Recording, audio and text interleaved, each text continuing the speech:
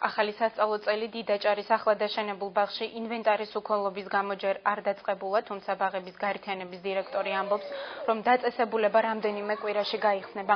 მუნიციპალიტეტს ერთი ახალი ბაღი შეემატა. 8 სკოლამდელი აღზრდის დაწესებულებაში წელს ჯამში 400 ბავშვი მიიღეს. სასწავლო წლის დაწყება პედაგოგებს, მშობლებს და პატარებს ადგილობრივი ხელისუფლების წარმომადგენლებმა მიულოცეს. დღეს დაიწყო საბავშვო ბაღების ფუნქციონირება, ბავშვებმა დაიწყეს ჩვეული რეჟიმში ცოდნას განათლების მიღება ბავშვთა ბაღებში, მიულოცა უსურვებ წარმატებებს და გავალებულ საქართველოში ცხოვრებას. ძალიან კმაყოფილი ვარ ამ ბაღით.